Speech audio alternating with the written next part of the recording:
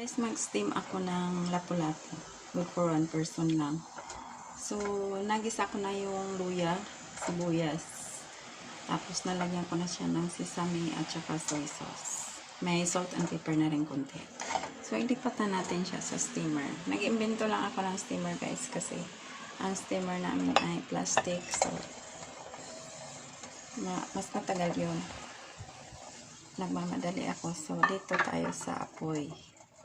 Kasi mas mabilis kapag sa apoy. Kasi pwede mo siyang ilagay sa high heat. Gaya niya lang. Tapos takpan ko na, guys. Steam ko lang siya ng mga 5 minutes kasi half cook na rin naman siya. Ang isda kasi hindi pwedeng tagalan kasi pag na-overcook siya, hindi na siya matamis. So, that's it, guys. Takpan ko na. Thank you so much, guys, for watching.